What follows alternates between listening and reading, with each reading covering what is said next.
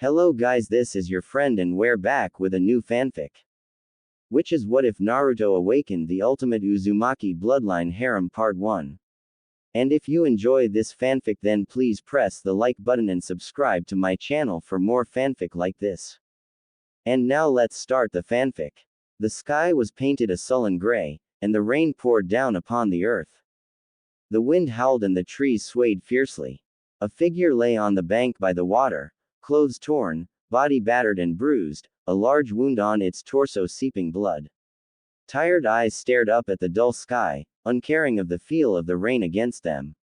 In the background, across from the water, a shadow stumbled its way into the forestry, clutching its side. The figure by the bank finally began losing its battle with unconsciousness. I can't die here, it thought, I'm an Uzumaki, before sleep made its claim. The last thing the figure heard was the soft sound of approaching footsteps. Naruto awoke with a start and blinked at his surroundings. White. Everything's white, he thought to himself, before mentally groaning. White only meant one thing. The hospital. God, how he hated the hospital. It reminded him of too many forcefully forgotten memories of darker times. Looking down at himself, he saw most of his body was covered in bandages. His brow scrunched in thought, seemingly trying to remember just what could have caused him such injuries. Ah, Sasuke, and suddenly it all came flooding back to him. Hearing the news that Sasuke had run away, Tsunade Ba-chan giving him the mission, his promise to Sakura and the fight with Sasuke. His face etched itself into a frown upon the realization that he hadn't been able to fulfill his promise. Some ninja he was. Couldn't even follow his own nindo that he assigned himself. It was all quite ironic, he concluded, chuckling humorlessly to himself, as soon as he had finally started to make progress in earning his friendship with both Sasuke and Sakura, everything up. Sasuke had tried to kill him in search for power, and Sakura would most likely hate him not being able to bring the latter back. He was back to square one. His thoughts were interrupted, however, as the door to his room opened. Ah, brat. Was wondering when you were gonna wake up.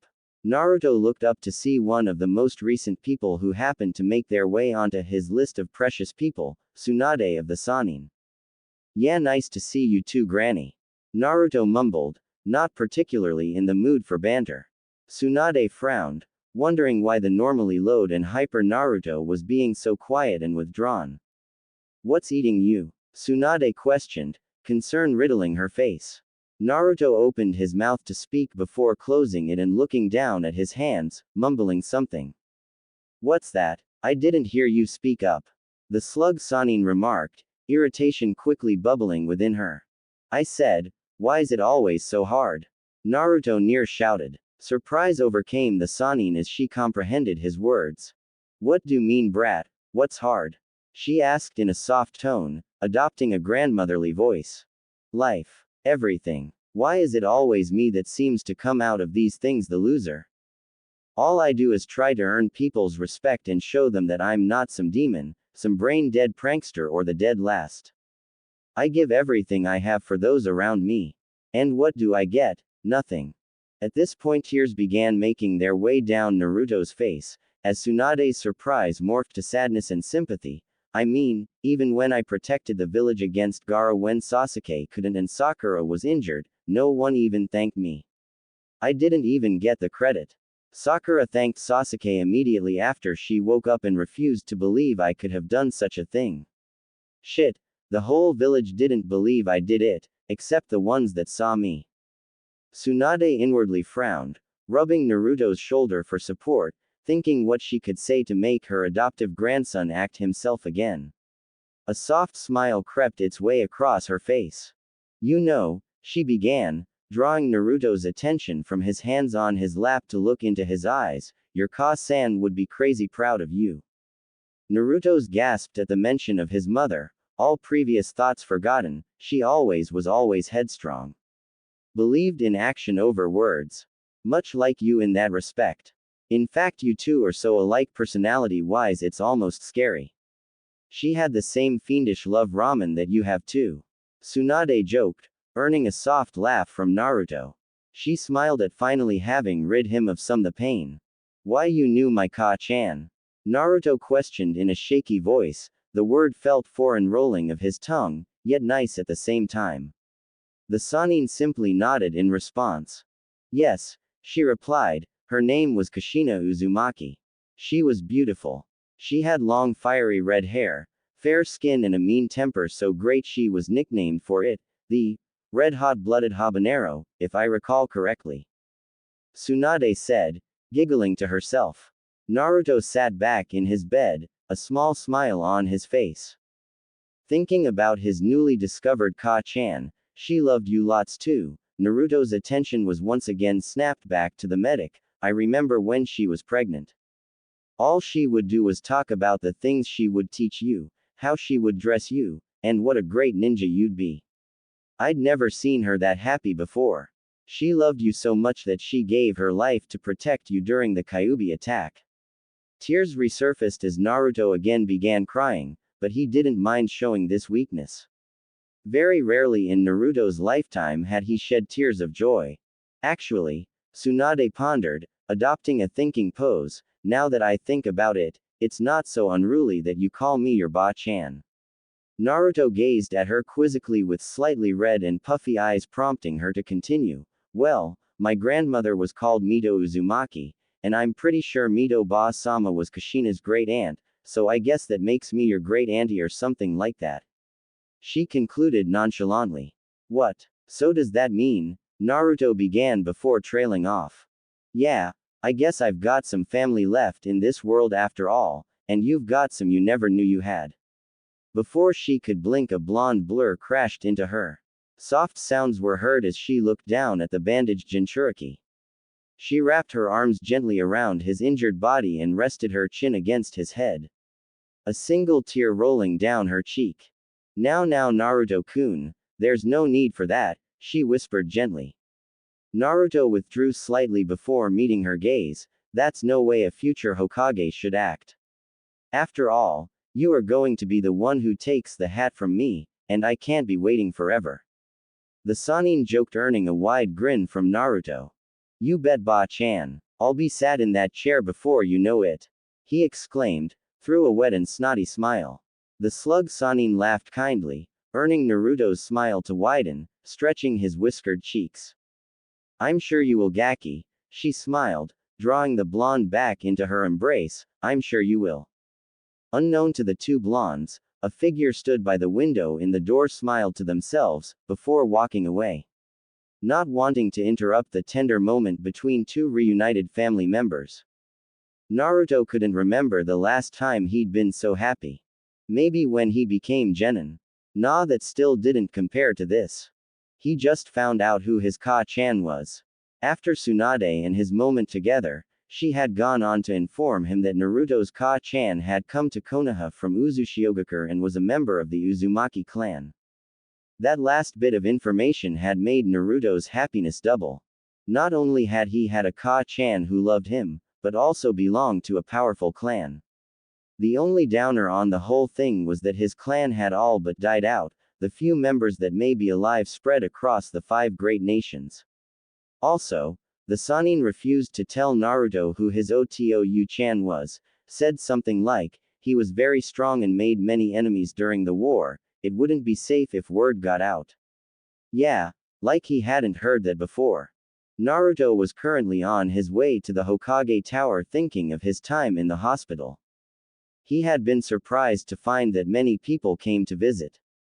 Kakashi was the first to visit, however all he really did after his ICHA book. Next, the whole of Team 8 came along, Kiba having just got out of hospital himself. Shikamaru and Ino had also visited along with their sensei Asuma, Choji still being bedridden didn't come.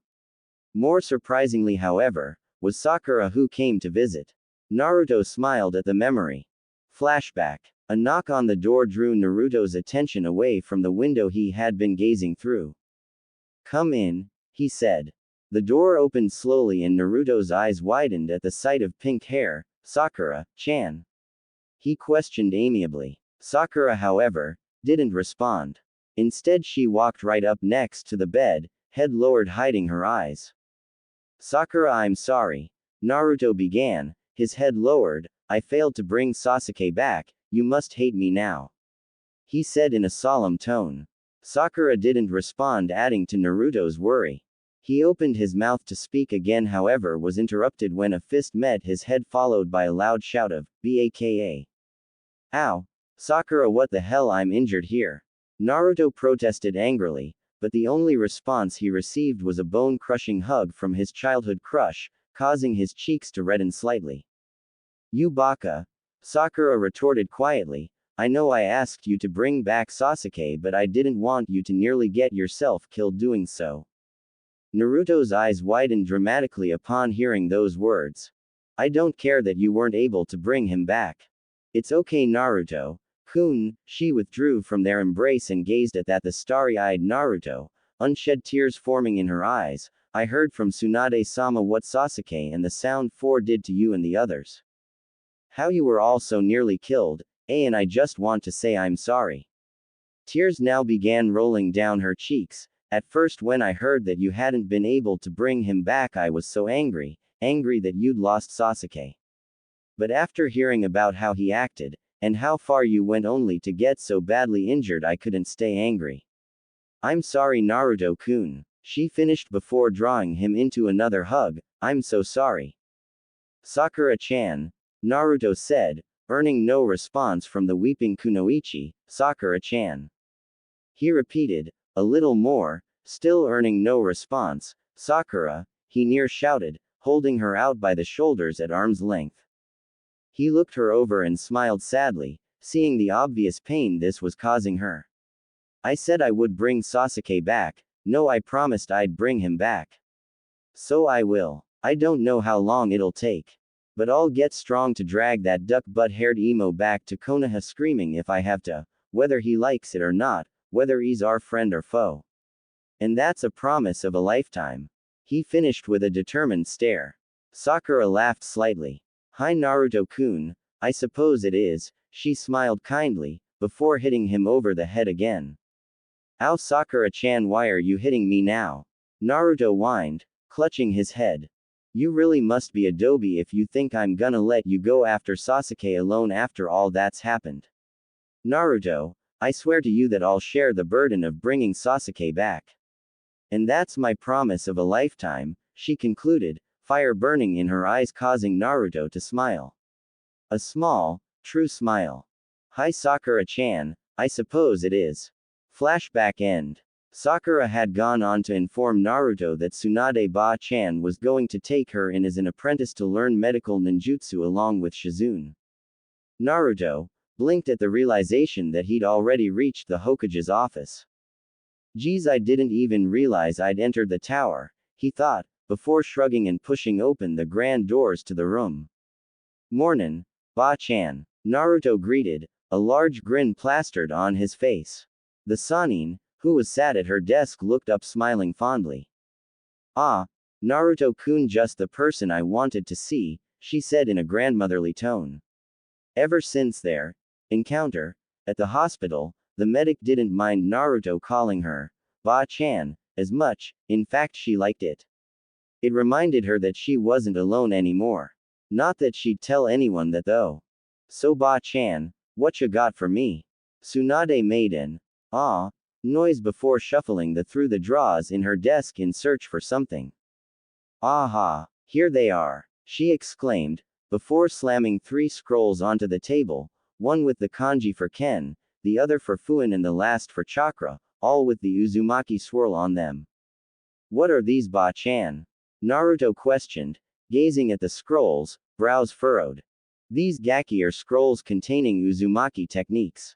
In fact, these 3 styles of techniques are pretty much what made the Uzumaki so feared during their time," she informed the young blonde, smiling at his intrigue.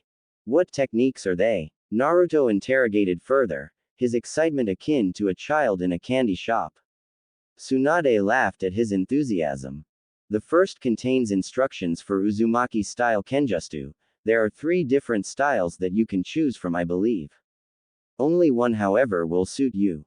The Uzumakis were always one to embrace diversity, such as demonstrated in their variety of techniques. Naruto stared on wide-eyed, earning another giggle from the great medic. This next scroll contains Uzumaki Fuinjutsu or sealing techniques. Sealing is the main reason that made the Uzumaki so powerful, as they had an uncanny way of integrating seals into offensive and defensive combat techniques. Tsunade paused to glance up in Naruto's direction to gaze his reaction, only to sweat drop at the sight of his blatant confusion. Choosing to ignore it and let a certain perverted hermit explain later, she continues, and this final scroll contains information regarding a form of chakra manipulation, specific to the Uzumaki. Now this immediately piqued Naruto's interest. What? Like a bloodline, Ba-chan? Naruto excitedly questioned. Sort of, the Sannin answered. Don't get your hopes up though. Even amongst the Uzumaki this form of manipulation was very rare. Although, your Ka-san was able to do it, so who knows? Maybe you'll get lucky. She finished, smiling cheerily at Naruto's frown, which was soon disregarded and replaced with a wide grin.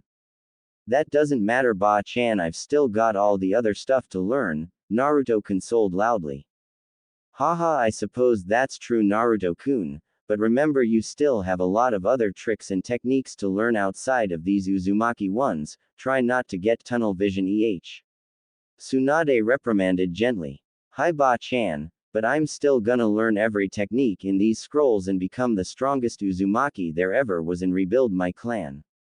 Naruto declared with gusto, earning a raised eyebrow and a smirk from his grandmother figure. Is that so, Naruto-kun, and whatever happened to becoming the greatest Hokage of all time? She questioned jokingly. That'll come right after I've become strong enough using these techniques to protect everyone in the village. He quipped, not missing a beat. Yosh, I better get to it.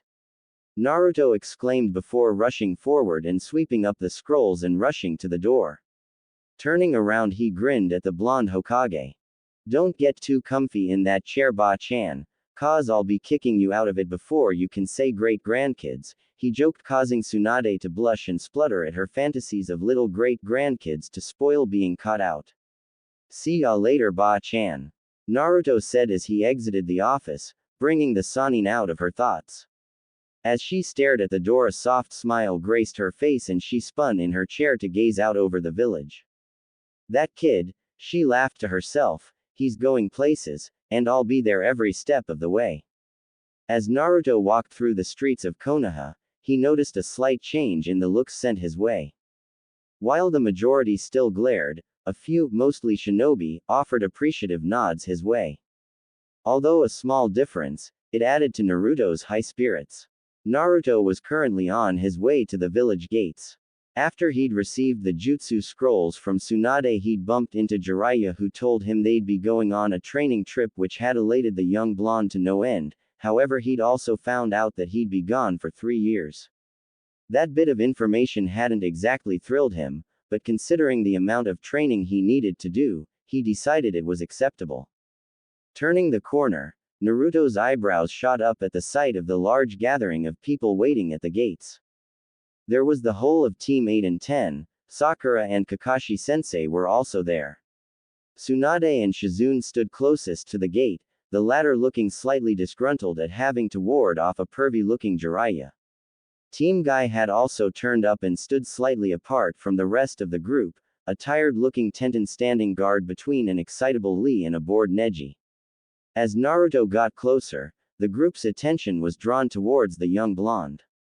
"Mornin' everyone," Naruto shouted happily. Naruto, you're too loud for this time of morning," Shikamaru drawled in a bored tone, followed by a troublesome blonde comment, upon getting an angry cry from Naruto, earning him a knock on the head from Ino. The Jinchuriki weaved his way through the crowd and approached the two Sannin and Shizune. "Yo Aro Sannin, Ba-chan, Shizune Ne-chan," Naruto greeted, ignoring the throbbing veins that appeared on both the Sannin's foreheads and grinning at the small smile on Shizune's face. "Bloody brat," the toad sage mumbled to himself. "Anyways, you ready to go?" he questioned. "Yep, got everything I need right here," Naruto exclaimed, his thumb pointing to his backpack. "Probably filled with cup ramen," a certain Nara commented from behind, earning a chorus of laughs much to the young blonde's displeasure. Moving on, Tsunade began, clearing her throat. You two should probably get going, she said, a slight waver in her voice. Hi, Naruto responded, in an excited tone but with the same waver his adoptive grandmother had. One by one, each member of the Konoha 12 minus Sasuke came up to bid Naruto the best of luck. Team 10 had offered Naruto a small traveling pack of assorted foods, courteous of Choji. Team 8's a goodbye and abruptly short, Kiba having done the majority of the talking and an extortionately shy Hinata handing over a small container of healing ointment, to which Naruto was grateful for and praised her, causing the young Hyuga to pass out. Team Guy's parting words had also been short, Tenten and Neji having to drag Lee away as his shouts of youth became a slight bit overbearing. Kakashi put away his book to wish Naruto farewell and gave a few words of wisdom, something along the lines, "Treasure your time training with the world's most amazing author," to which Naruto's sweat dropped and then laughed, embarrassed. Next Sakura approached Naruto slowly, her head lowered. "Sakura-chan?" Naruto questioned. She proceeded to walk towards the young blonde before embracing him gently. "Be careful Naruto-kun," she whispered, before withdrawing and giving him a death glare, "and I swear to Kami if you come back a pervert I'll personally castrate you." Sakura threatened menacingly, causing shivers to run up the spines of every male present, and a subsequent sweat drop from Jiraiya. "She's just like Tsunade," he thought to himself worriedly. "Right brat, we should be off," Jiraiya stated, after shaking himself from his thoughts and beginning down the path out of Konoha. Hi, Naruto replied, before following the sage. "Naruto-kun." Naruto spun on his heels to find a teary Tsunade with a small, kind smile on her face. She walked up to him and bent over at the waist so she could speak to him at eye level, causing the young blonde blush as she unknowingly gave him a prime view of her cleavage. "What's up Ba-chan?" he stuttered, earning a knowing grin from Jiraiya. "You stay safe you hear me Naruto, and you better come back strong too," she smirked. "Can't have the future Hokage being a weakling, can we?" Tsunade joked. Naruto smiled at the running joke between them. Naruto's expression turned to shock however as the medic leaned down further and kissed him on the forehead. "Now run along Naruto-kun, I'll see you in 3 years," she said, standing up straight and walking back to the crowd, ignoring the shocked and some jealous faces of the other ninja. "Why Yosh, see ya," Naruto said having cleared his mind, waving to the group before running off to catch up with the old sage. "This is gonna be the best training trip ever," he cheered to himself merrily. Oh how he was in for a shock. 6 months later. "This training trip sucks," a very unhappy Naruto grumbled as he walked through the dark streets of a small village near Wave Country. To say Naruto was unimpressed with his new sensei thus far would be an understatement. All they'd done since leaving Konoha was make their way from village to village, Jiraiya assigning Naruto chakra control exercises to do while he went off whoring. Bloody arrow Sanin, Naruto thought to himself despondently. The only consolation to the whole thing was that he had the jutsu scrolls Tsunade had given him, but without proper instruction he hadn't gotten far. Plus he didn't even have a sword to practice the kenjutsu with. Looking up, Naruto noticed a small ramen stand. Smiling at his discovery he strutted over the little restaurant. Trust ramen to save the day, he thought to himself merrily. "Oi Asen, give me 2 large misos," Naruto exclaimed as he moved under the flap. "Yosh, coming right up," the stand owner replied turning around briefly to flash Naruto a grin. Naruto paused momentarily, eyeing the man cautiously. He looked suspiciously like Tsuki Ojisan. Naruto was brought out of his thoughts as 2 people sat down at the other end of the stand. "Did you hear about that fisherman the other day?" The first man questioned. He had a mop of brown hair and a rugged face. "No, what the hell you on about?" The second asked. He too had messy brown hair however his was cut shorter and he had a younger, slimmer face. "Well I heard he was out on a trip and got too close to those whirlpools surrounding the old Uzushiogakure ruins," the man began, leaning closer. "Ooh that's never a good thing," the other declared dramatically, throwing his head back. Yep. Just goes to show. Reelin' in a good catch ain't worth your life, the first stated, followed by a sage-like nod from the second man. Meanwhile, Naruto's mind was working at a mile a minute. He was near his ancestral home. He had an ancestral home. He knew that he clan had been all but wiped out, but he'd never thought of their origins, their old home. Buzzing with excitement, Naruto vacuumed up the rest of his ramen and paid the stand owner before shooting of to find Ero Sanin to tell him of his discovery before stopping mid-sprint. Even if I do find the old perv, he'll probably be with some girls and tell me to get lost. ... And he might not even want to go out to some ruins because there won't be any girls out there. Naruto mentally considered conclusively. Bah. Screw him, I'll go without him. Naruto declared out loud, earning odd glances from people passing by. Alright, first things first, where the hell is Uzumaki? The young Jinchuriki questioned to himself. I know, I'll go ask those guys at the stand. He cried out loud before dashing off back to the stand. Upon reaching the small restaurant, Naruto was relieved to find the men still sitting eating their ramen. Oi Asins, Naruto shouted, causing the two men to swivel on their seats. Whatcha want Gaki, we're eating here. The older of the two answered, the younger nodding in agreement. Do you guys know where Uzumaki is? The young blonde questioned loudly. Yeah, the older of the two again responded, what's it to you, huh? Yeah, what's it to you? The younger one echoed, earning an annoyed glance from his elder. I wanna go there, Naruto exclaimed, causing the two men to pause and look at each other briefly before bursting out laughing. Ha ha, you wanna go to Uzu? Oh man, that's the funniest thing I've heard in ages, the older one laughed, ignoring the disgruntled expression on Naruto's face. Oi, what's so funny, you bastards? The Jinchuriki shouted indignantly, breaking the two grown men out of their laughter. That place is a death trap, kid. Not only are the ruins rigged with traps, but the surrounding waters are home to numerous whirlpools. The older one stated, the younger nodding along. What, so there's no way to get there? Naruto questioned, his face scrunched in confusion. Well, not necessarily, the man began, there is a way, but it's a hard route to navigate. He explained. Very hard. The younger of the two repeated, nodding to himself, earning another glare from the older. Why anyway? What's got you so worked up about Uzumaki? The older man asked, giving Naruto a curious glance, to which Naruto mumbled something incomprehensible. What's that, Gaki? He asked, a frown etched upon his face. My family's from there. It's my ancestral home, Naruto shouted, shocking both the men. What? You mean? The elder began. Yeah, I'm an Uzumaki, what of it? The blonde screamed, both men's surprise was evident on their faces. For real? The eldest questioned, shock still written all over faces, earning a fierce nod from Naruto, determination evident in his eyes. Slowly, however, a grin crept onto the face of the older man before a soft chuckling emanated from his throat. Well, I'll be damned, a real honest to God Uzumaki.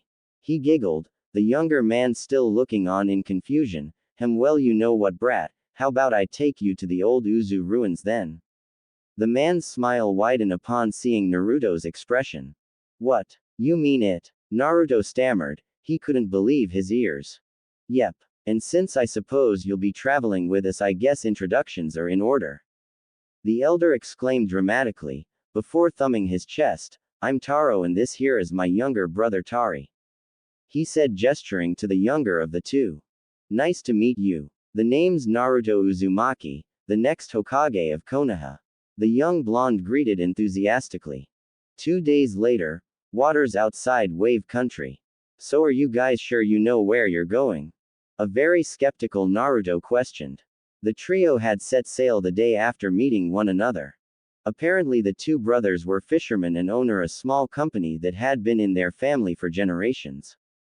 Taro, the oldest, had told Naruto that back before the Uzumaki clan had been exterminated, Taro and Tari's family had been in the slumps, but the Uzumakis had gone to them asking to help set up a fish trade business, as the majority of the fish in the area lived on the wave countryside of the whirlpools surrounding Uzu. Therefore the clan had little resources, so the Uzumakis gave them a client to help re-establish their business, and the Uzumakis gained a source of fish, hence Taro and Tari's eagerness to help young Naruto. Yeah, don't worry about it. We'll be there soon enough, Taro responded casually. Yep, nothing to worry about.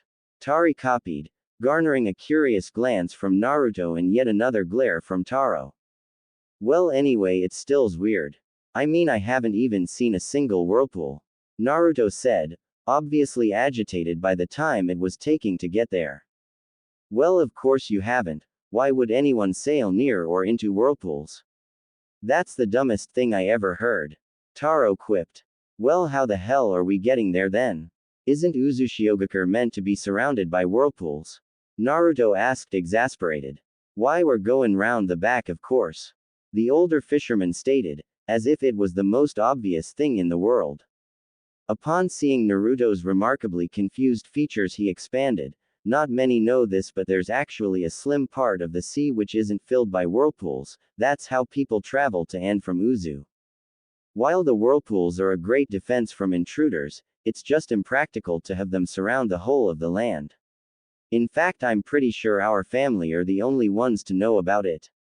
While Naruto wasn't entirely convinced of this whirlpool-less pathway, he accepted the answer and went back to sulking about the ship they were sailing on before sitting down in his quarters and slipping into a dreamless sleep. A few hours later, and Naruto was abruptly brought out of his rest by the shouts of the two brothers. Rising sleepily, he made his way out onto the deck. Looks like you finally woke up, Taro greeted merrily. Just in time too, we're about to arrive, he said before moving off to steer the ship. Speechless, Naruto gazed into horizon and gasped at the sight of the approaching land. The first thing he noticed was the trees. While used to growing up around trees, having been born in Konoha, Naruto had never seen any like this. They stood taller than any tree Naruto had ever seen. In fact, the forest itself wasn't like any forest Naruto had ever seen. It was more like a jungle or a rainforest. As they got closer to the island, Naruto's excitement only grew. He was so close to seeing his ancestral home, where his Ka-chan was born. Sensing the young blonde's excitement, the eldest of the two brothers came over and placed a strong hand on Naruto's shoulder. Listen, brat, I know you're excited and all, and I get how you feel, but just don't get your hopes up, okay? He said in a solemn tone. What do ya mean, Asen? Naruto asked. Well, the village was left in ruins after the Second Great Ninja War, so I'm pretty sure there's not much left there. Sorry, kiddo, he replied sympathetically. Oh, was Naruto's only response. While he knew there wouldn't be much left, he was still hoping for something nonetheless. Upon reaching the island, Naruto hopped off the boat and stared wide-eyed at the size of the forestry, craning his head to try and get a look at the top of the trees. Alright, Gaki, me and Tari will wait here while you go ahead.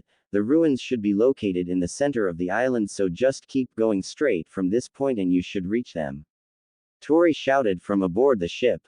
What? The young blonde replied. You mean you guys aren't coming with me? Naruto shouted back. No, both brothers said in unison before causing Naruto to sweat drop. Before Taro explained, Uzushiogakure was a ninja village, you see. No doubt they would have laid countless traps that us civilians wouldn't be able to avoid. It would be a certain death trap for us to go wandering in there.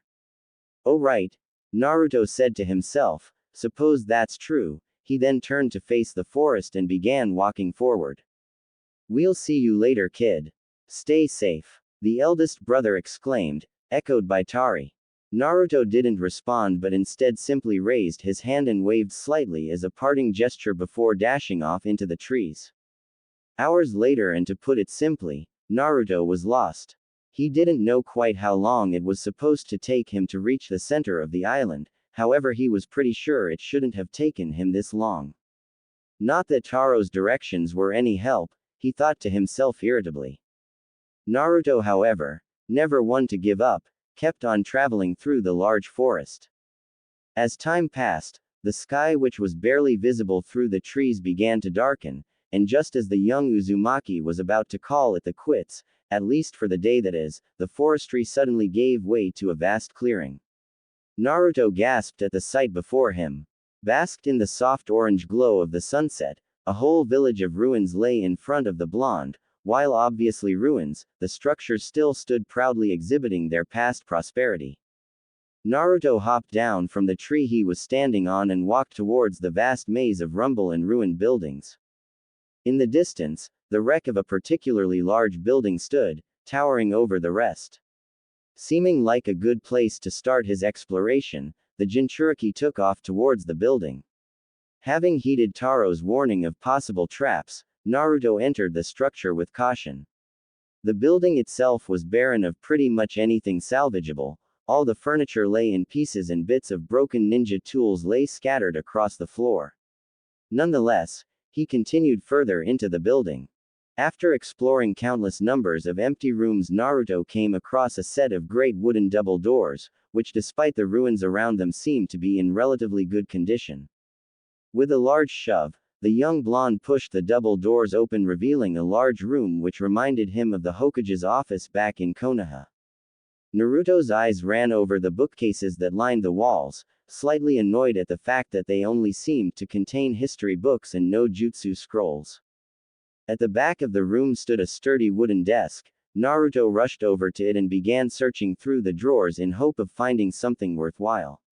To be honest, the Uzumaki didn't quite know what he was looking for, if he was even looking for anything in particular, that is. Part of him, however, secretly hoped he'd come across a family heirloom or something which would connect him with his clan. But after seeing the state that the village was left in, his hopes were dwindling. After rummaging through the majority of the drawers, he found no success. Sighing to himself, he sat down in the large swiveling chair, which somehow seemed in remarkable condition considering its surroundings. Looking down, he noticed a small box placed under the wooden desk. Reaching down, he picked it up carefully, eyeing the spiral engraved upon the lid. Opening it hesitantly, a small smile crept its way across his face as he saw the contents of the box. There, sat in a bed of velvet, was a perfectly maintained Uzushiogakure forehead protector attached to a jet black headband. Taking it out of the box, his smile grew more content as he traced the spiral engraved on the metal, having found something to connect him with his clan. After a moment of consideration, Naruto used his mouth and his left hand to tie the forehead protector onto his right arm over his bicep, displaying his connection with Uzu with pride, like how Shikamaru wears his. Staring down at his now decorated arm, he sighed contentedly before spinning himself around in a slow, drawling pace, before a piece of parchment on the wall behind the desk caught his eye. Why didn't I notice that before? He wondered to himself. Standing up to get a better look at the text, he read it out loud. When the strength of the whirling tides has fallen, only the blood of an Uzumaki may rekindle the fire that lights the path of the whirlpool. Naruto finished, his face scrunched in thought, pondering on the words written before him. I don't get it, he thought. What's the path of the whirlpool? Shrugging to himself, he reached up and took the parchment from the wall before rolling it up and placed it in one of his larger pockets. Looking up, he was shocked to find a seal painted on the wall where the parchment had previously been. Looking into his pocket as if considering the text and then back at the seal on the wall, the young blonde remembered something the old Ero Sanin had said about some seals that could only be released using blood. He said, shrugging once more, not like I've got anything to lose. The young Uzumaki reasoned before grabbing a kunai out of his weapon's pouch and opening a small cut on his thumb and smearing the blood over the seal. Seconds later and nothing happened. Oh well, it was a long shot anyway, Naruto sighed, turning around to leave. As he reached the door, however, the room was covered in a bright blue light as the seal shone. Spinning on his heel, Naruto stared wide-eyed as the seal expanded in complex sequences of kanji covering the entire wall. As the whole wall was engulfed by the fuinjutsu, the room started shaking and very slowly, the wall began to rise, giving away to another chamber. After a few tense moments, Naruto realized he had been holding his breath. Quickly exhaling, he stepped towards the new room cautiously. Upon reaching the boundary where the wall had risen, the young Jinchuriki gasped at the sight of the chamber. It was more like a corridor than anything really. Its walls were lined with statues of people, both men and women, dressed in traditional Uzumaki battle armor.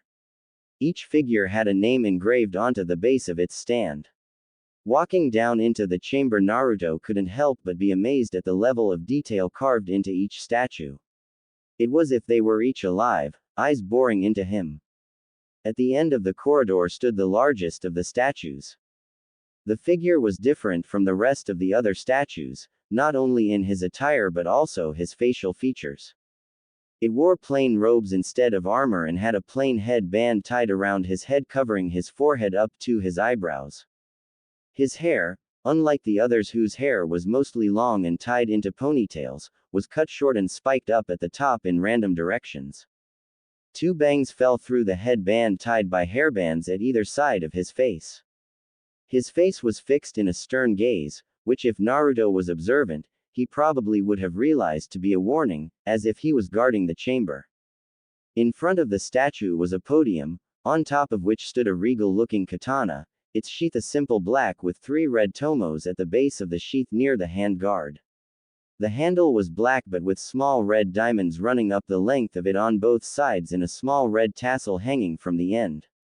The hand guard was red and circular, designed in the shape of the spiral. Underneath the blade, Naruto noticed writing was engraved onto the stone podium. Here lies the sword of Asura Otsutsuki. Only those of direct descent may wield this blade with strength of the whirling tides. Naruto read aloud. Again, with the strength of the whirling tides, he thought to himself, and who the hell is Asura Otsutsuki? He's not even an Uzumaki, the young blonde questioned mentally. After moments of careful consideration, Naruto decided that since Tsunade Ba-chan had said he was an Uzumaki, he must have been of direct descent, whatever that meant, and since he'd come this far, he might as well take the sword. Reaching out with both hands, the young Uzumaki grasped the blade by the sheath and lifted it up off the stand it was perched upon. Seconds went by and nothing happened. Naruto let out a sigh of relief, having not tripped some crazy elaborate trap. Phew, thought I was gonna have to run for it then, he thought, chuckling to himself. As the young blonde turned to leave, however, the room was once again bathed in the blue glow of a seal activating. Spinning on his heel, Naruto turned to see the great statue of what was presumably the Otsutsuki guy, covered in a complex seal with a large spiral in the middle. Slowly, as if becoming unfrozen, the stone that made up the statue began to chip away, revealing another layer beneath. Naruto gazed on in awe as bit by bit the stone veneer crumbled away, only to reveal a lifelike model of the man portrayed in the statue. What the hell is that? Naruto stuttered, taking a few steps back. To his surprise, however, a voice answered him back. Not. What? Child? Who? The voice answered, the deep sound resonating throughout the chamber. Now Naruto was really freaking out. Where the hell did that voice come from? He thought frantically. Up here, child. The voice once again boomed, its tone stern but not aggressive. If anything, it had a kind ring to it. Naruto looked up in the direction of the voice and was surprised to find the statue behind the sword staring down at him. He opened his mouth to speak, however nothing came out as he again took steps back away from the statue. Worry not, young one, I'm not here to hurt you. If I was, you'd most likely already be dead. The figure consoled, however it did little to ease Naruto's nerves. What do you mean I'd already be dead? The young Jinchuriki stammered, his fear having eased slightly. I was placed here as a countermeasure, to ensure that no one unworthy could ever wield the sword in your hands. However, I am also here to greet those who have reclaimed the blade. It explained, before staring at Naruto inquisitively. In fact, how did you know you were of direct descent, child? While you are obviously of my blood, the line is long and clouded. How did you know you are my descendant? It questioned. Naruto, momentarily snapped out of his fear, took a moment to rub the back of his head and chuckle embarrassingly. Yeah, I kind of didn't. he said through a foxy smile, noticing the slight falter in the statue's facial expression, which could be akin to something like a sweat drop. Coughing, the figure regained his composure. Well, anyway, it began. My name is Asura Otsutsuki, son of Hagoromo Otsutsuki, sage of the Six Paths and heir to his teachings, the figure introduced proudly. Never heard of you, Naruto said simply, causing the statue's face to falter more visibly this time. I suppose that's irrelevant, it said, coughing once again. I am the sole ancestor of the Senju and Uzumaki clans. Through the generations, my will and chakra has been passed on to the one most worthy. The last before you was a certain Senju, Hashirama if I recall correctly. He stated definitively. The Shodai? Naruto questioned to himself in wonder. It was all a little much for him to comprehend. He was related to the Shodai. Or they had the same chakra. Wait, Asura Oji-san, what does any of this mean? He asked, ignoring the fact that the figure's eyebrow twitched upon hearing his term of address. It means, young one, that your path will be long and will contain many hardships that you must face. You are not gifted with natural talent, much like myself, therefore must work hard to attain strength to protect those closest to you. It also means your fate is intertwined with that of another, who carries the will and chakra of my brother, Indra. He answered. Naruto didn't know why, but as soon as Asura mentioned the descendant of Indra, his mind immediately conjured images of Sasuke. Go now, child, and become strong. Wield that sword with pride in the name of all those who have wielded it before you, and keep your will strong. It's all us geniuses of hard work have, after all. Asura advised in a sage-like tone. You bet, Asura Oji-san, I'll become stronger than even you. Naruto declared, earning the small curt laugh from the old sage. Suddenly the seal once again flashed of the figure of Asura as stone began creeping its way up his body, covering it. Looking on with a content smile, Naruto waited until the figure was completely encased in stone, before turning and walking back down through the long chamber. What he failed to notice, however, was the small grin that now graced the newly reformed statue's features. After Naruto's encounter with the reanimating statue in Uzushiogakure, he had decided to stay the night and sleep under the stars of his ancestral home. The next day, wakened by the sunrise, Naruto set back off to meet back up with Taro and Tari. They hadn't been too hard to find, as all Naruto needed to do was find the coast and then follow it till he came across them. Taro and Tari had noticed Naruto's new gear, including the forehead protector now tied to his arm and the new sword, but decided not to question him, as whatever happened must have been personal. Now, 1 week later, Naruto was sat legs crossed in the forest surrounding the small village that he'd met the two brothers, intent on training his kenjutsu. Having not so much as even glanced at the scrolls beforehand, he had no idea what to expect. From what he could tell so far, there were 3 different style, just like Tsunade Ba-chan had said. Looking over the first style, he read the description aloud. Shinku no Dansu, the Crimson Dance, he read, used most typically by female Uzumaki members. This style takes advantage of the female body's natural flexibility and smaller frame to maneuver around the target, using mostly jabs and quick slashes, utilizing speed and skill over strength and power to slowly wear the victim down, before inflicting the fatal strike.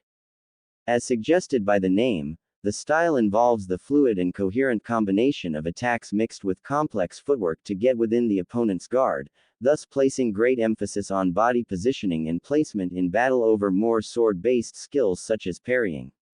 Since the style is movement-based, it is more defense-orientated, as a lot of the style revolves around avoiding the target's strikes and waiting for the correct moment to attack.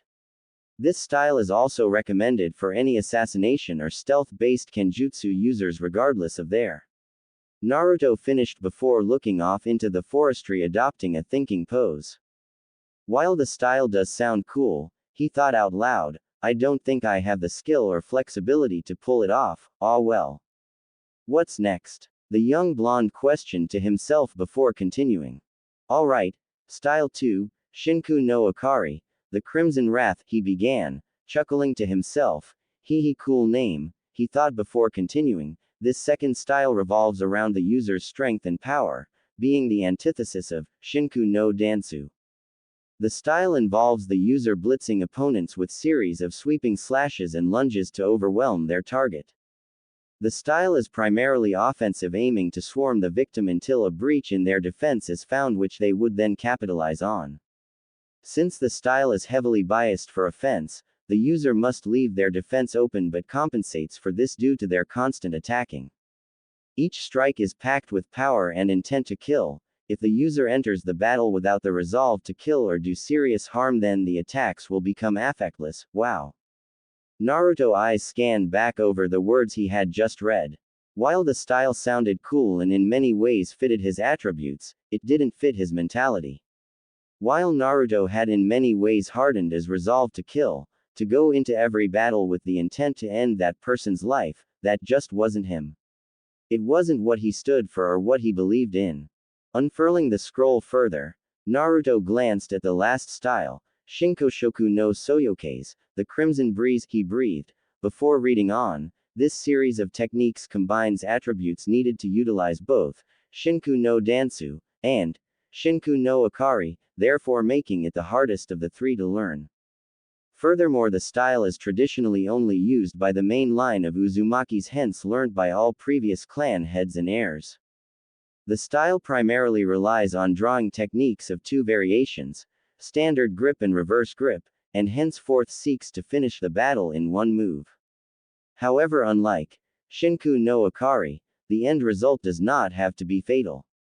If the initial move doesn't end the fight, users will utilize their speed in short bursts combined with controlled power strikes in and out of the opponent's defense in order to break down the target, differentiating from its more violent variant style in that the attacks aren't continuous.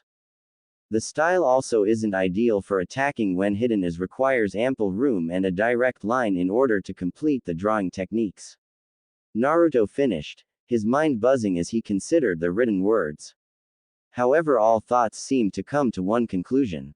The style was awesome. While yes, seemingly hard to learn, it had everything. Considering some of the negatives, however, he realized he would have to increase his speed dramatically as well as his control over his chakra and strength.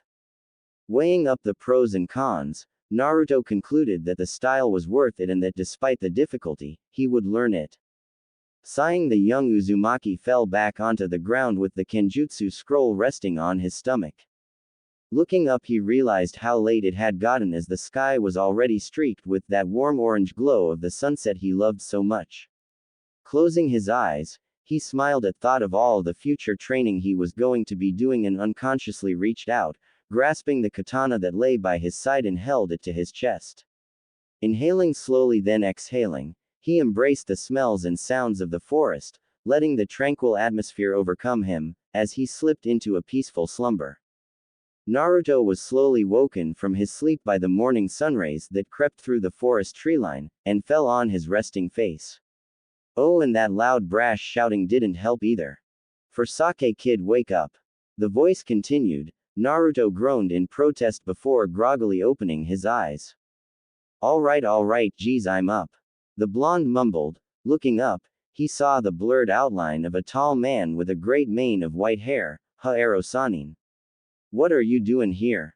Wah, what do you mean? What am I doing here, you little punk? I'm supposed to be training you. The old sage retorted. Yeah, supposed to be, the blonde muttered under his breath, not catching the fury build in his sensei's face. What's that supposed to mean? He ground out. Isn't it obvious? He began, shouting now, all that you've done since we've been on this trip is do your research, which is just an excuse for to be a perv, or whoring while I'm left to do pointless exercises. I could have learned more than I have by now if I'd stayed in Konoha. Now breathing heavily, Naruto stared defiantly into Jiraiya's eyes. The sage met Naruto's gaze, however, after a few moments gave up and sighed, lowering his head. Geez kid, you're gonna be the death of me, he said before looking up back at Naruto. So what do you want, huh? He asked. To be trained, Naruto started, but continued when he saw Jiraiya open his mouth, on my own terms. I want to make a schedule so that over the 3 years I improve my Fuinjutsu, Kenjutsu, speed and chakra control mainly, while also working on my chakra chains, well if I actually have them that is, oh yeah, and increasing my jutsu range. All I know is Kage Bunshin, which I taught myself, the summoning jutsu and the Rasengan plus the academy jutsu. How the hell am I supposed to survive with just them? I'm a joke. Alright, I get it, Gaki. Damn, I need drink, the toad sage huffed before eyeing Naruto's new sword suspiciously. Oi kid, where'd you get that katana anyways? You didn't steal it, did you? He said, eyes narrowing. What? No, I found it, it's mine. Naruto said, clutching the sword to his chest defensively. You found it? Jiraiya repeated, earning a nod from Naruto. Where on earth did you find a sword like that? Uzu. He answered, simply causing the older man to stare back at the young blonde dumbly. Uzu. The sage echoed. Yep. As in Uzu Shiogakure. HN. What? You went to Uzu by yourself? A-A and found that, the sage shouted in shock, pointing accusingly sword. Yeah. Naruto replied casually, using his little finger to pick at his ear absent-mindedly. How? Jiraiya asked after a pregnant pause. Ma, it's a long story, I'll tell you after ramen. He replied simply before strolling into the forest towards the village, leaving a dumbstruck sage in his wake. Damn Naruto, that's one hell of a story. Jiraiya said as Naruto finished telling his tale, before taking a slow sip of his sake. I'm still surprised you found something there though, I went there a long time ago and didn't find a single thing.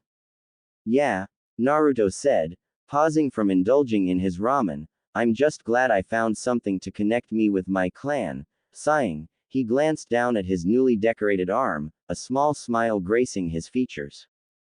Jiraiya watched on with a grin of his own. Alright Gaki, let's get this schedule drawn up, he said, immediately drawing the young boy's attention. Pulling out a blank scroll, a calligraphy brush and ink. So, you wanted to work on Kenjutsu, Fuinjutsu, Ninjutsu, control and possibly your chakra chains. Well, I think you're also gonna have to work a little on Genjutsu, not so much the jutsu themselves but more how to detect and release them. Ignoring Naruto's sour face at the mention of his worst topic, the old sage continued, I'm gonna have you work a little with the toads as well so you know which ones to summon in the right situations. Mumbling to himself, the old man then began scrawling on the scroll. After a few moments of furious writing, Jiraiya stopped before looking over his work before nodding to himself appreciatively. Okay, so the first year, I reckon we'll start with the nitty-gritty stuff. The first year we'll cover control and conditioning, that includes speed and strength. I'll also assign you some ninjutsu to learn throughout the year so you don't get too restless. Now that I think about it, I might add in some strategizing as well. He said, mumbling the last part while working over the scroll with his brush. Wait, hold up, Ero Sanin. You mean that for the whole first year, presuming the 3 years start from now, I'm not going to learn anything Uzumaki related? Naruto protested angrily. I said I wanted to train on my own terms, and I wanna learn the Uzumaki stuff first. He demanded. Naruto's anger, however, was quickly turned to shock when Jiraiya's hand slammed upon the counter of the ramen stand, shocking the owner also. Listen here, you little punk. I may have agreed to train you in the areas you wanted, but let's not forget who the Sanin here is. What you may not have realized, or what that scroll on Kenjutsu didn't quite get through your thick skull, is that you can't just learn techniques left and right. The sage began before throwing his arms up in exasperation. I mean shit, do you really think it's that easy? Take Kenjutsu. Samurai and most nin have to go through vigorous conditioning of both body and mind, doing countless exercises to perfectly tune themselves to the way of the sword before they've even picked one up. Upon seeing Naruto's face contort into one of protest, he quickly continued, what, do you think you'd just be able to do some speed and strength work while you train your katas? Without laying down the foundation attributes necessary to effectively train in the style. If you do that, the configuration between your strength and speed and your sword play will be out of sync. You'd have to keep adapting one or the other, making needless work for yourself. He finished, panting slightly.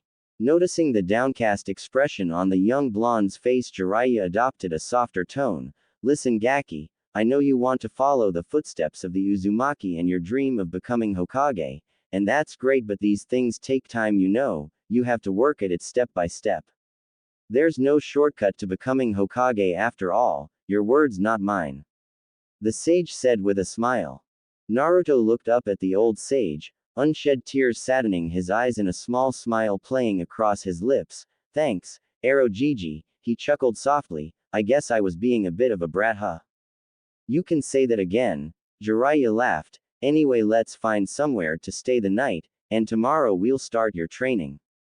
He announced before getting up off the stool he was perched upon and walking off. Naruto stood to follow before he was interrupted by a stern and angry-looking ramen stand owner, holding out his hand expectantly making Naruto blink in confusion. Shit. 8 months later. Oi Aro-sensei, can I get down yet? A rather tired Naruto shouted in a strained voice, looking up briefly the man in question eyed the blonde before returning to his notes. Nah, you still got a bit to go. Naruto was currently hanging from a large tree branch using the tree climbing exercise to stick to the bark. He had his arms spread out and hanging off each by the forearm were boulders tied by rope. Jiraiya had picked the exercise up whilst observing a clan of samurai in the land of iron. When Naruto had first began using it, the boulders had been small and at first didn't seem to strain the blonde, however since it was an endurance exercise they still after a while took their toll on his body nonetheless. Currently the boulders being used were about the size of a cow, and the blonde had been hanging for at least a couple of hours now. So far in his training, however, Naruto had made quite a bit of progress. His control over his chakra had increased dramatically, however was still relatively low. His strength had also increased and his control over that was coming along nicely. Due to his body work heat and his natural aging, he'd managed to bulk up slightly, and while remaining lean rather than bulky was no longer scrawny. Another bonus to his conditioning was that he'd grown a bit taller and now stood at 5 feet 1 inch as opposed to his 4 feet 8 inches stature upon leaving the leaf. Gaki, you can probably come down now, Jiraiya suddenly spoke, eliciting a sigh of relief from the Uzumaki before he dropped the boulders, cause a plume of dust to rise up and drop down. Ah, it's never felt so good to be so light. Naruto exclaimed happily before sitting himself down next to his sensei. Nay, Aro-sensei, do you ever write anything other than smut? The old man grunted in response, it's not smut you brat, it's graphic romance. Yeah, that's just a fancy way of saying smut, the blonde retorted before eyeing the notes critically. I don't get why your books are so loved anyways, they're not even that good. He commented offhandedly. PFF'd. Like you'd know anything, kid, this is fine literature. Yeah, up there with Shakespeare. Naruto responded sarcastically. Wait, who is that? He questioned internally before shrugging to himself. At any rate, I'm gonna go wash up, I'll be back for dinner. He said, ignoring the old sage's mumbling, walking off to a nearby lake. Currently, the duo were in the land of waterfalls, near the border of the land of earth. Since the country was full of lakes and rivers, it was ideal for chakra control and conditioning exercises. They'd been camping in the same clearing for about 1 week now, having traveled back though the land of fire from the wave at a leisurely pace as Jiraiya had contacts from his spy network that needed attending to. Approaching the lake, Naruto took to the trees, having regained some of his strength. A few minutes later he arrived at the clearing, however stopped and paused on a branch, hidden slightly, at the sight of a person in the clearing. Cute, was the one thought that ran through the young teen's mind as he drank in the girl's image, a slight red tinge glazing his cheeks.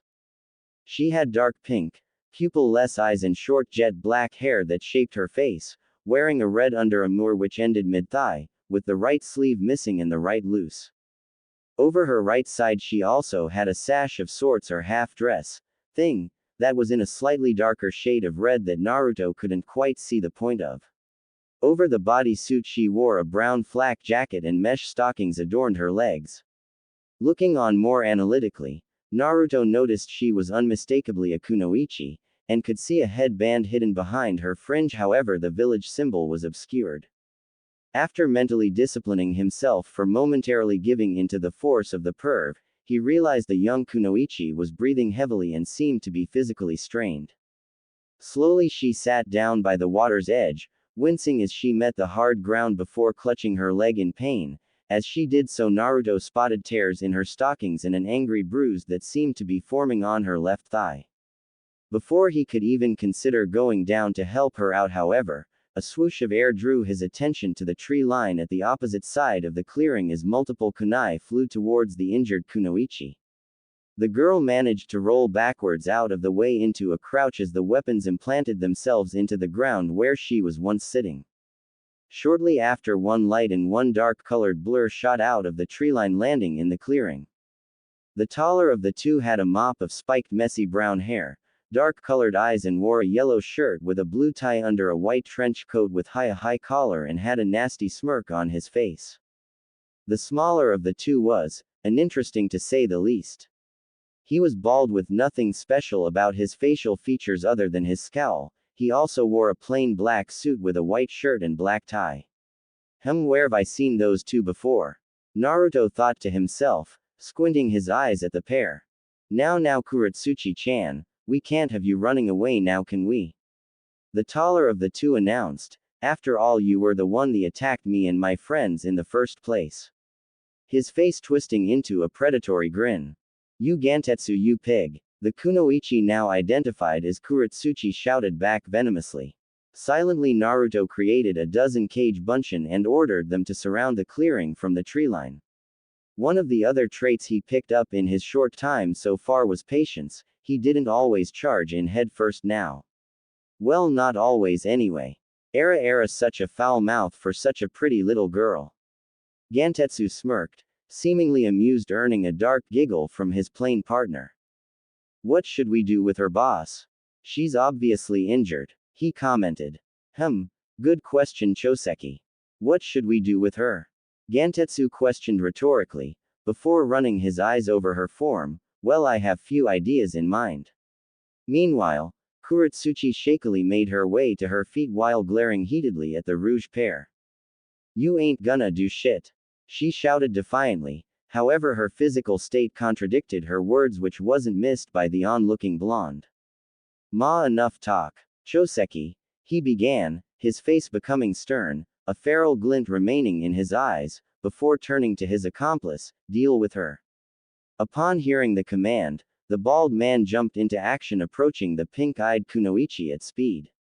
Bringing his arm back, he began the fight by throwing a straight punch which Kuretsuchi dodged with relative ease. However, her pain was evident on her face. The bald nin followed with a series of kicks and punches which were avoided. However, with each successive attack, the girl's evasive movements become more and more sluggish. It was clear that she was the better ninja, maybe even than both of them. However, her injuries were impairing her tremendously. Choseki suddenly hopped back and ran through some hand seals, Doden, Doryuso, earth release, earth flow spears. He shouted before a single spear made of mud and pieces of rock shot out of the ground, aiming at Kuretsuchi's head. Thinking quickly, the teen bent back at the waist, demonstrating her flexibility. However, her leg gave way and she collapsed back before rolling backwards, finding her feet. Taking advantage of her opponent's sudden weakness, Choseki rushed forwards and aimed a straight kick to the girl's injured leg, connecting painfully. With a contained scream of pain, Kuretsuchi stumbled back, hold her leg, putting most her weight onto her healthy one. Grinning at his success, the bald nin brandished a kunai before moving in to finish the job. The young kunoichi looked up only to snap her eyes shut at the sight of the kunai coming down upon her as she waited for her impending death. A few moments passed and no pain came. Slowly, she opened her eyes only to come see the pain-riddled face of Choseki, kunai in hand ready to strike, before a gurgling sound emanated from his throat as he choked out blood which dribbled down his chin. The nin then fell to his knees and subsequently collapsed face first onto the turf. It was then that Kuretsuchi noticed the kunai embedded into the man's back, surrounded by a large red patch. What? Who's there, you bastard? A suddenly agitated Gantetsu shouted out into the surrounding treeline as he palmed a kunai and held it in front of him defensively.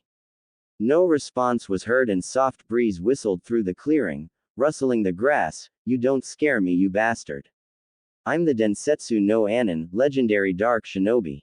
Meanwhile, Kuretsuchi sighed in relief and tried to stand up straighter before a wave of pain ignited her left side, causing her to stumble forward.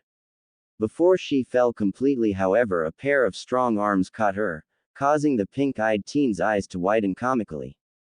"You shouldn't move too much, that leg looks quite bad," a throaty voice said softly. Looking up, the first thing she noticed were two bright cerulean eyes which seemed to shine with goodwill. Momentarily lost, she examined the rest of the figure's face to noticing two sets of 3 whiskers on each cheek resting upon tanned skin. She then noticed the unruly blonde locks which seemed to spike each and every way. Unable to help herself, a soft blush graced her face as he stared at the face of her savior. "Hello, you okay?" Naruto waved his hand in front of her face jokingly. "Huh, oh yeah, it's just my legs pretty messed up," Kuretsuchi managed, shaking herself out of her daze. Behind the two, however, Gantetsu decided to take advantage of their moment, and lunged at the unassuming blonde with deadly intent. As the blade came down, it was suddenly blocked by the kunai of 2 separate figures. Gantetsu's face twisted into one of shock as he gazed at the 2 identical forms that blocked his attack, before noticing they were also identical to the blonde currently coddling his prey. Growling, the man jumped back, still holding the kunai in front of himself. Naruto, the real Naruto, on the other hand, simply sighed. "If you'll excuse me, I've got some trash to take care of," he said politely, gently placing the stunned kunoichi on the ground before slowly turning to face the snarling Gantetsu, and walking in between his 2 clones, a stern expression on his face. "I'll give you one chance," he began. Noticing the man's confused expression, he continued, "I'll give you one chance to run, take it and you'll be spared. Otherwise, you won't be so lucky." A pause followed as another breeze rustled through the clearing. Slowly, however, the sound of soft chuckling began break the silence, which then turned into full-blown laughter. You think you can beat me, kid?" Gantetsu managed through his fits of laughter. "Ah, that's the best thing I've heard in a while," he said as his laughter died down as his face turned serious before twisting into a manic grin. "Do you even know who I am? I'm the mighty Densetsu no Anin. A little brat like you doesn't even stand a chance." More crazed laughter ensued as the man palmed another kunai. "Enough talk," Naruto interjected coolly. "You've had your chance." He then clicked his fingers with one hand. Gantetsu opened his mouth to make a smart comment, however was interrupted as a barrage of kunai flew towards him from all angles. Cursing under his breath, he jumped backwards, deflecting what kunai he could from the front, however was unable to prevent a few from grazing his legs and arms. He then turned to look back at the blonde, only to find him standing with his hands held out by his side with the palms facing upwards and the 2 clones surrounding him constructing some form of glowing orbs. His attention was suddenly drawn from the teen as a dozen clones or so jumped out of the treeline surrounding the clearing and engaged him. Momentarily overwhelmed by the sudden mass of clones, Gantetsu took numerous slashes and cuts to his arms and torso as he tried frantically to defend himself. One by one, he managed to dispel the clones until there were only 3 left. Eyeing the clones cautiously, he took a few tentative steps backwards, already planning his escape. The 3 clones then rushed forwards towards him, crisscrossing their paths in order to confuse the Rouge Nin. Suddenly the 3 duplicates threw their kunai at Gantetsu before jumping off to the side, his attention focused on deflecting the kunai. He didn't notice the original blonde sprinting towards him, a blue spiraling ball in each hand. When he did notice, however, it was too late. The first sphere of chakra crashed into his stomach, grinding into his skin, before the second slammed into his chest, sending the missing nin flying backwards into the path of a large tree which cracked under the impact. Turning around, Naruto dispelled his remaining clones before walking slowly back to the prone kunoichi, who stared on wide-eyed. What a destructive jutsu, he took that guy out without even breaking a sweat, she thought to herself. As the blonde approached her, Kuretsuchi couldn't help but notice how the blonde's eyes weren't that vibrant blue she'd seen earlier but a dull blue, void of life. "Oi, are you okay?" she called out hesitantly, causing Naruto to meet her gaze. Realizing he'd let his facade slip and lost his composure, he silently cursed before sighing and scratching his head embarrassed. Yeah, I guess. I'm just not sure I've got my head around this killing thing yet. It's not nice, he said lamely, looking at the ground ashamed. Well, of course it isn't nice, we're ninja. Life's not always full of happy endings, you know. She commented sarcastically. Noticing the forlorn look on her savior's face, however, she adopted a softer tone.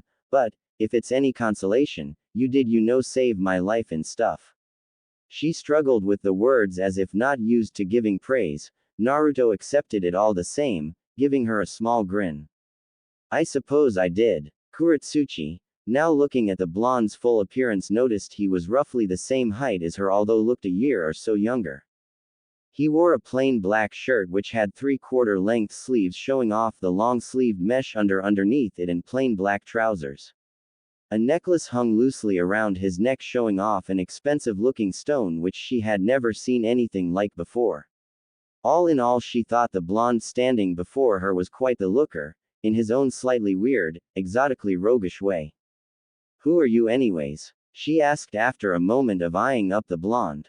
Naruto. Uzumaki Naruto. And you? He replied with a bright smile, his eyes relighting with that shine she had seen earlier. Huh. Oh, Kuretsuchi. You sure? Naruto joked, eyebrow quirked. Yeah, I'm sure, you punk kid. She quipped in mock anger. Kid. You're barely older than me. Yeah, well, you're still a kid. A kid who just saved your PFF'd. If I wasn't injured, could have dealt with those guys no problem. Yeah, sure, that's what they all say. Oh, you go around spying on people's own affairs often then? Instead of replying, Naruto simply huffed and sat himself on the ground opposite the girl before looking over her leg.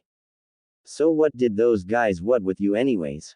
He asked after a moment, noticing Kuretsuchi flinch slightly.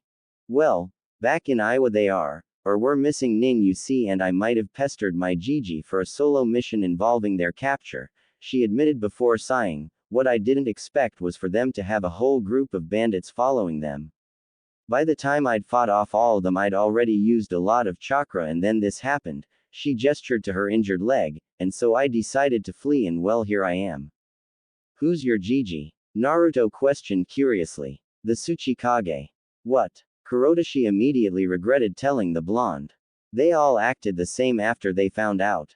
Boot-licking bastards. My ba-chan would never give me a mission as cool as that. Huh, Kuretsuchi managed, stupefied by Naruto's response. Yeah, she would always go on about how I'm not ready, or just call me a brat or something. He grumbled childishly. Who's your ba-chan? Kuretsuchi asked tentatively, however something told her she already knew the answer. The Hokage. What? That wasn't the answer she was expecting. She was thinking more along the lines of a stuck-up noble or an overly protective grandmother. Not only that, the kid was related to a Kage. The Hokage no less. Kuretsuchi was immediately on the defensive as she stared at the blonde with fierce eyes and tensed her muscles. What's the mean glare for? He asked innocently. You're from Konoha. Yeah, and I'm from Iowa. Okay. ... No response. Really? I don't understand. Was I supposed to say something? Naruto scratched his head, confusion evident on his face. You're from Konoha and I'm from Iowa. You should hate me, and I you. Naruto tilted his head to the side. I don't hate you, Kuretsuchi-chan, I don't even know you. He replied, simply earning a growl from the pink-eyed Kunoichi. Yet you're adding, chan, to my name, she thought in frustration. Glaring into his innocent, puppy dog face, Kuretsuchi sighed as she decided it wasn't worth getting agitated over. Leaning back onto her hands, she gazed up into the sky before closing her eyes and enjoying the silence. Until she felt a pair of calloused hands touch her thigh, that is. Opening one eye, she stared down at the blonde who seemed to be trying to apply a bandage to her leg. What do you think you're doing? She asked with a certain edge to her voice. Air first aid. Naruto replied innocently. I'm not too good with medic stuff, but I know the basics. If you don't want me to, then I won't, but that wound's pretty bad. With the concern evident in his tone. Unable to help a subtle blush adorn her cheeks, Kuretsuchi huffed and looked off to the side. Fine. Just get on with it. Hi. Naruto then enthusiastically began bandaging the wound on the teen's thigh. Kuretsuchi took this opportunity to study his face and watched in awe at the concentration the boy was exhibiting. There. All done. He exclaimed exuberantly. Kuretsuchi looked over his work with an analytical eye. Not bad, she admitted, before lowering her head, her face scrunching up as if struggling with her thoughts, before mumbling something incoherent. What? I didn't catch that, Naruto asked. I said, thanks, she said a little louder, for everything. Not everyone would have done what you did, especially not most Konoha-nin. Naruto smiled at her honesty before shrugging. Well, I guess I'm not like most people then. Kuretsuchi laughed softly. I guess you're not, she said before looking up at the sky and realizing it was getting dark. Anyways, I should be going now. I'm supposed to be meeting up with backup soon. Carefully, and under the watchful eye of Naruto, she rose from her sitting position and tested out her injured leg. Deeming it okay to walk on, she stood straight, with most the pressure on her right leg. You sure you're okay getting back? Naruto asked concerned. Yeah, I'll be fine, she said, turning and hobbling towards the forest line before stopping and facing the young blonde. Thanks again, Naruto, I mean it. She then continued towards the forest. Nay, Kuretsuchi-chan, Naruto called after her as she reached the tree line, causing her to turn slightly. You think we could meet again sometime? Like tomorrow maybe? Same place? He asked hesitantly, causing the girl to pause and look at him. After a few moments, she smirked slightly before nodding her head in the briefest of fashion and walking into the forestry. Naruto grinned in response. He'd made a new friend. Lying on his back, he closed his eyes and thought of all the times that lay ahead, smiling at the thought. It had been a week since Naruto had his fateful encounter with Kuretsuchi. Since then, they'd met up at the same lake they'd first met each other every day at sunset. Naruto smiled fondly at the memories of their time together, which mostly involved him talked animatedly about his training with Ero Sanin, which she'd been surprised to find out was actually Jiraiya of the Sanin, and his pranks. He'd discovered Kuretsuchi was quite calm and laid back and didn't scold him so much if he did or said anything stupid, unlike Sakura, except one time. Only one time so far had he experienced her temper. They'd been sparring in the clearing, taijutsu only, and let's just say Naruto used a submission move which ended with them being in a very comprising position, with Naruto's hands, unintentionally, upon certain. Needless to say, Naruto didn't want to experience her wrath again. It put Sakura's to shame. Naruto was currently sat in the middle of the same clearing by the lake waiting for the kunoichi, his clothing slightly scuffed as he'd just come from another day's work of conditioning training with Ero-sensei, which was grueling to say the least. Boo! A feminine voice whispered in Naruto's ear, causing him to jump in the air and consequently let out a small, feminine squeal, a scared expression planted on his face.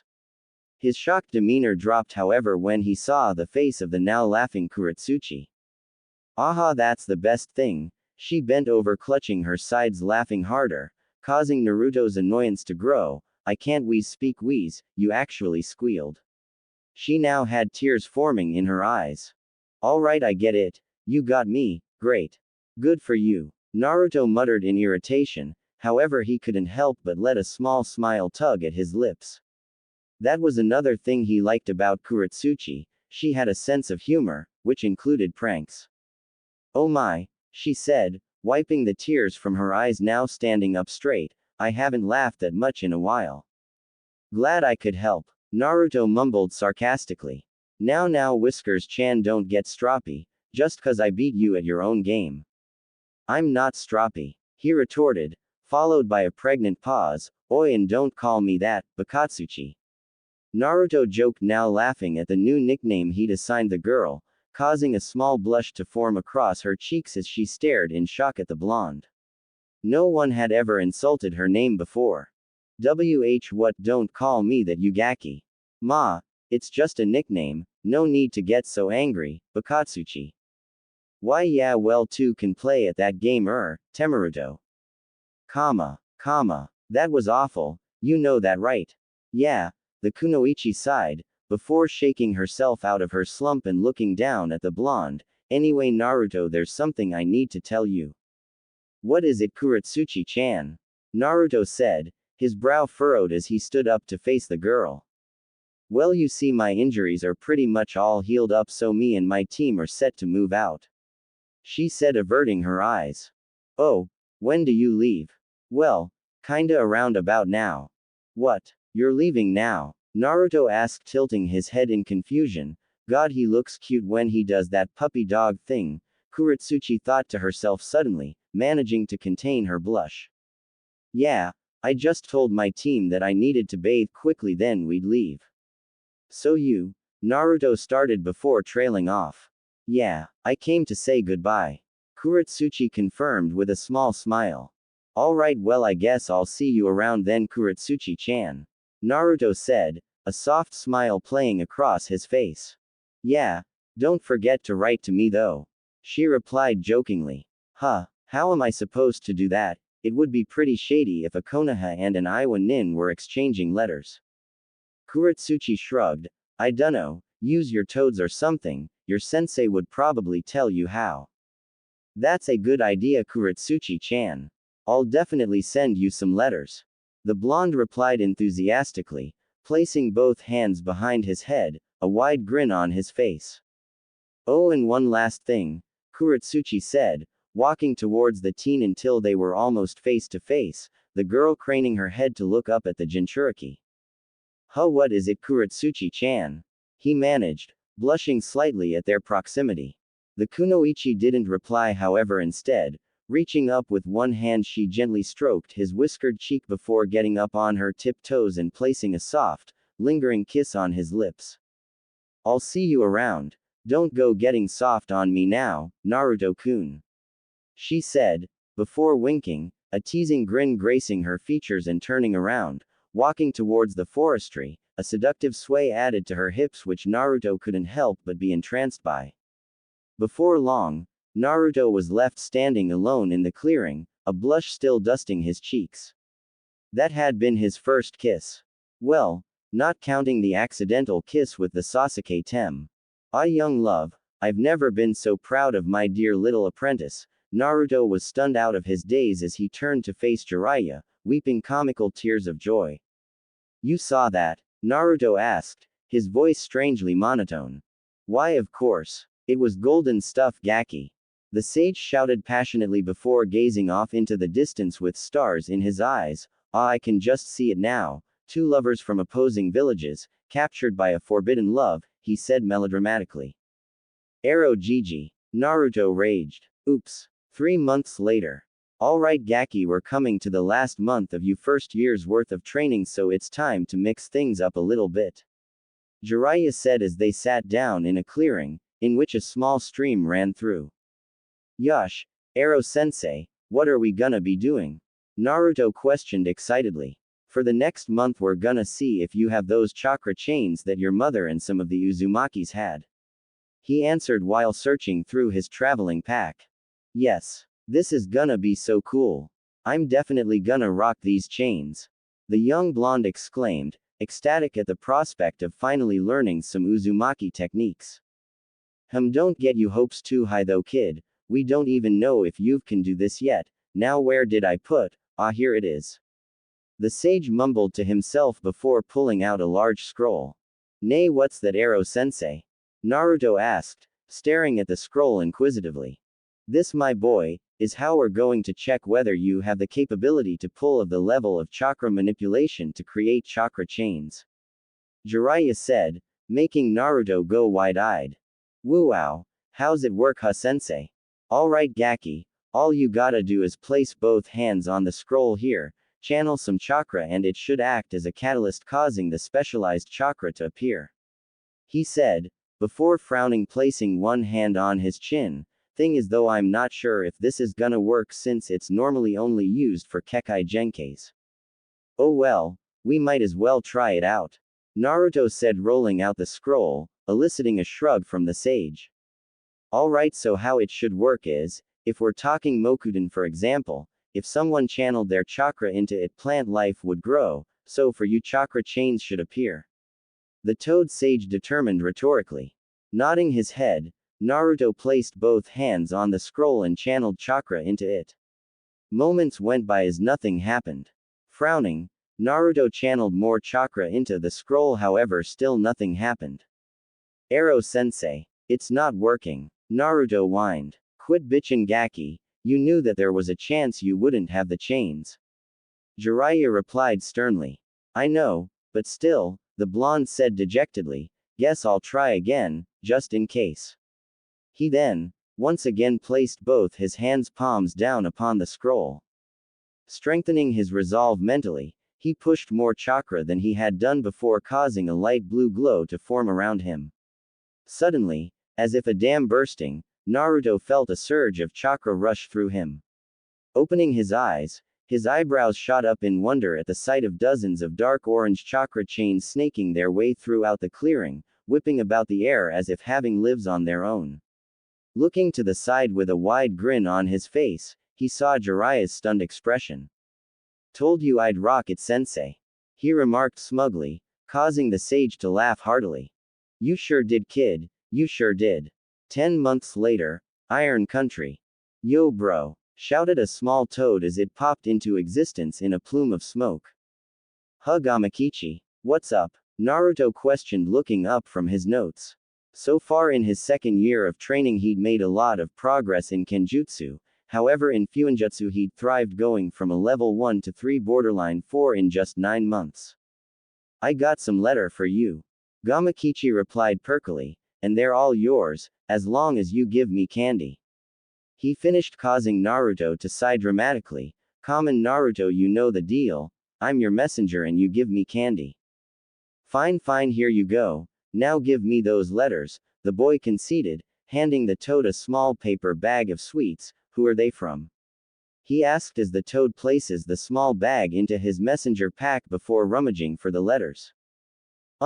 You got one from Sakura, and one from the old lady. Gamakichi replied, smirking at the slight tinge of sadness that crept its way across Naruto's face. Oh, and one from your Iwa girl. What? From Kuratsuchi-chan. The teen replied, perking up instantly. Yep. Alright. Gimme. Here you go. Summon me when you want some return, but don't forget the candy. The toad warned as it puffed out of sight, leaving Naruto to read the letters. I suppose I'll start with Sakura-chan's, he said to himself before opening the scroll. Dear Naruto, Oi Ero-sensei, Naruto called out, catching the attention of the man in question as he sat on a bar stool in a bar enjoying some sake. What's up, brat? He said before, adopting a hissing whisper, can't you see I'm working on my game here? He nodded his head over to the corner of the bar where two, incredibly attractive, girls sat. Naruto just rolled his eyes at the man's before, completely used to it by now. Ba-chan sent me this letter today and it had a scroll attached to it about a mission, she said you should have a look at it too. Naruto said, handing the sage the scroll. So Gamakichi delivered you a batch of letters today, huh? He asked the blonde. Yeah, any from your Iwa girl? The perv questioned with a lopsided grin and a wiggle of his eyebrows. Just read the damn scroll. Naruto huffed, crossing his arms over his chest and looking off to the side. The telltale blush on his cheeks told wonders, however.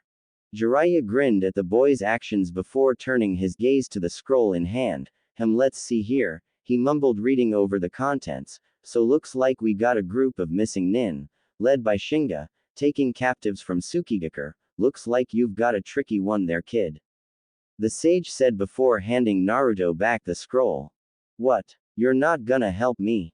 Nah, I think you can handle it. That Shinga guy's a Junin though, isn't he?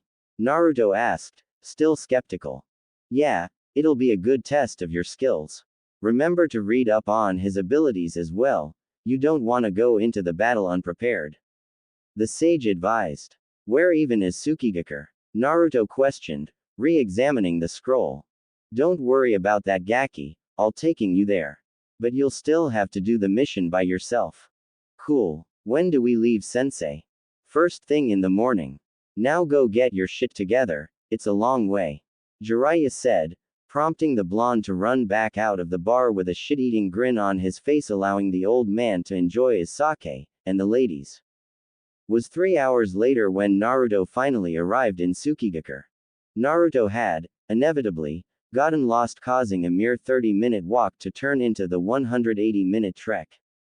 Walking through the village, Naruto realized it was a lot like Konoha, however smaller, with regards to the atmosphere, and especially so since it was now 9 p.m. and street lamps lit the streets, but people were still coming to and fro.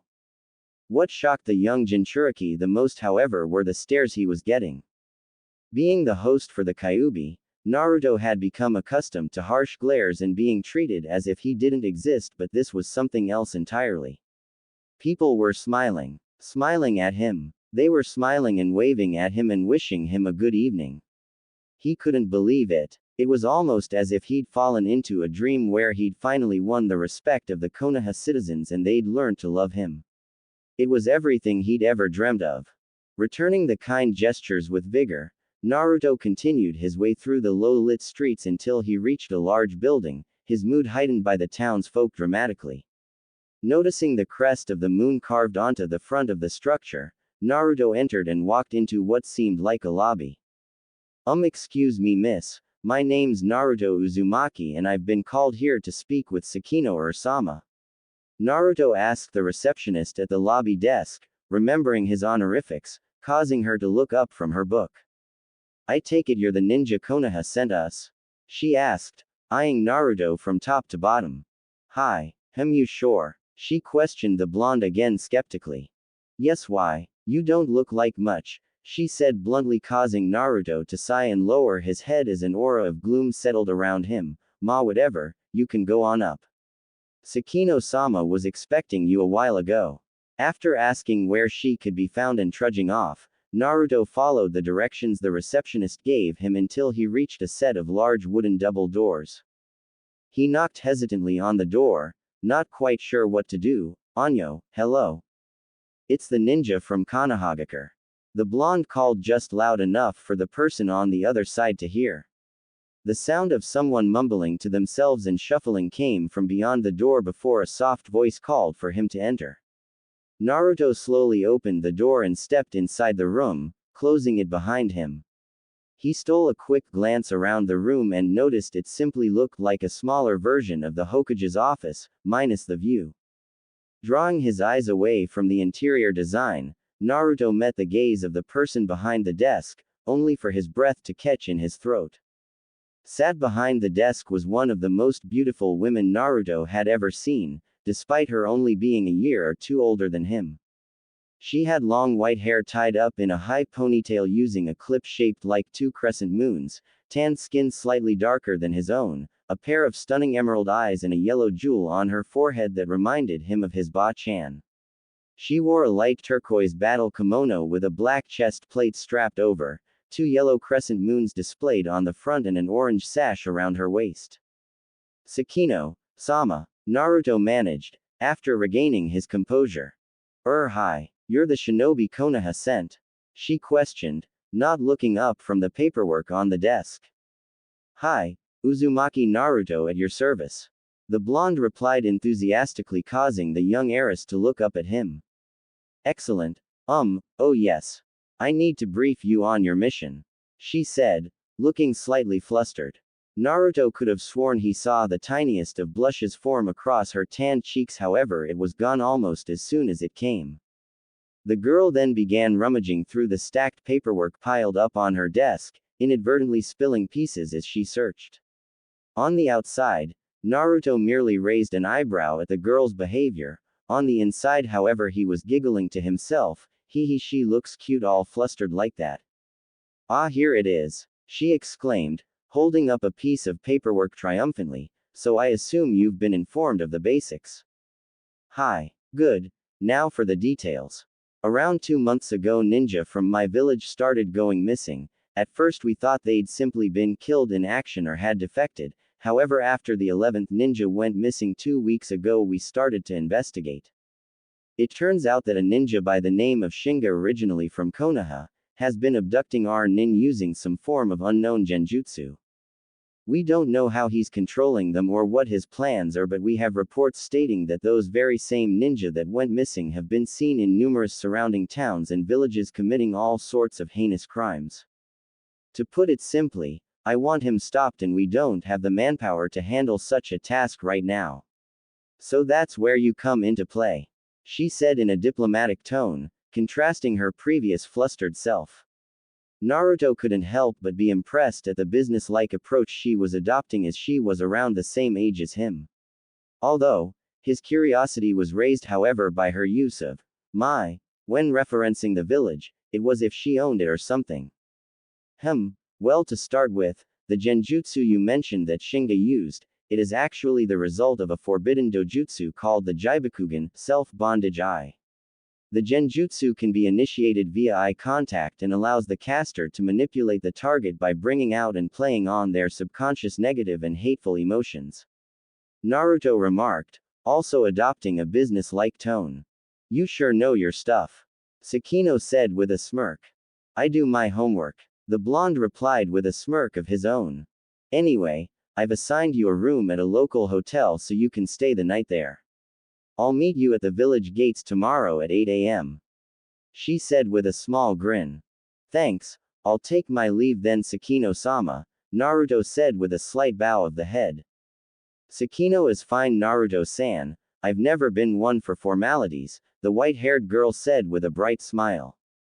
That's good because neither have I, Naruto responded merrily with a smile of his own, walking towards the door before stopping. I'll see you tomorrow morning then, Sakino-chan, the blonde said with a wink, before exiting the room, not noticing the blush that glazed the young heiress's face.